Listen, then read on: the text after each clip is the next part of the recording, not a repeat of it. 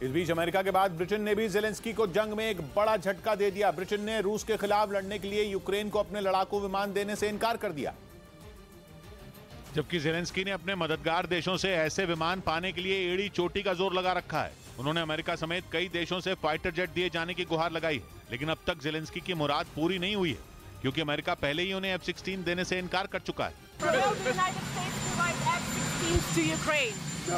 माना जा रहा है कि इसके पीछे अमेरिका की मजबूरी है। F-16 उसका बेहद खतरनाक लड़ाकू विमान है और वो नहीं चाहता कि इस फाइटर जेट का इस्तेमाल रूस के खिलाफ किया जाए, क्योंकि ऐसा होने पर रूस और उसके बीच सीधा टकराव हो सकता है।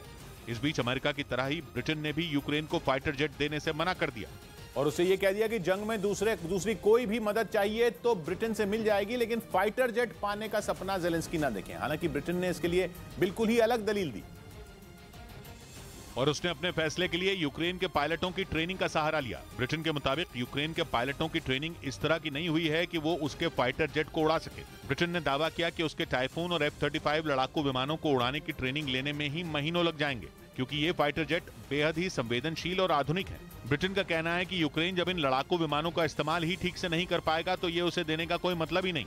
ब्रिटेन के इस कदम को ज़ेलेंस्की के लिए बहुत बड़ा झटका माना जा रहा है, क्योंकि अमेरिका और जर्मनी पहले ही उसे लड़ाकू विमान देने से मना कर चुके हैं।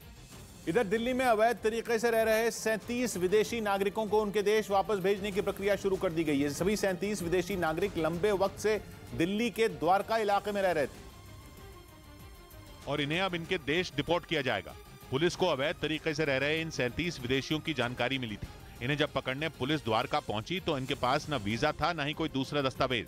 इसके बाद पुलिस ने इन्हें हिरासत में ले लिया। इनमें ज्यादातर नाइजीरिया, उज्बेकिस्तान और घाना के नागरिक हैं। उधर नेटो महासचिव ने स्वीकार किया कि चीन उसके सामने नई चुनौती बनकर उभरा है, जिसकी सबसे बड़ी वजह है चीन और रूस की नजदीकी। क्योंकि यूक्रेन जंग के बाद चीन अचानक नेटो के एजेंडे में शामिल हो गया, जबकि इससे पहले नेटो की किसी बैठक में चीन पर इस तरह से चर्चा नहीं हुई थी जैसी अब होती है। या यूं कहें कि यूक्रेन जंग ने नेटो के दुश्मनों की संख्या बढ़ा दी और रूस के अलावा चीन उसके सामने बड़ी चुनौती बनकर खड़ा हो गया। नौबत ये आ गई कि नेटो की बैठकों में चीन से निपटने की प्लानिंग होने लगी। For the first time addressed China. That was not the case in the previous strategic concept.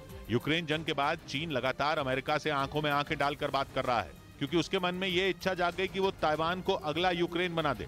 लेकिन इसके लिए उसे ताइवान से नहीं बल्कि अमेरिका से लड़ना होगा, क्योंकि अमेरिका ने ताइवान से वादा किया है कि वो उसकी सुरक्षा में उसका साथ देगा।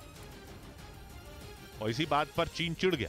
वो नहीं चाहता कि अमेरिका ताइवान मुद्दे में कूदे, लेकिन अमेरिका ने हर वो काम किया जो चीन के सामने चुनौती खड़ा करता है, फिर चाहे वो अमेरिकी संसद की स्पीकर पेलोसी की ताइवान यात्रा हो या फिर अमेरिकी सांसदों का ताइवान दौरा।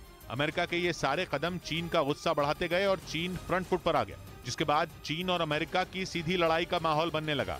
और अमेरिका से लड़ाई का मतलब है सीधे नेटो से भिड़ना, और इसी वजह से नेटो ने चीन से निपटने का प्लान बनाना शुरू कर दिया।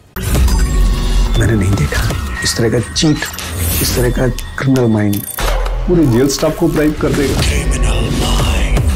मैं सोच भी नहीं सकता था। गवर्नमेंट फंक्शनरी को इम्पर्सनेट करता था, आवाजें बदलता था।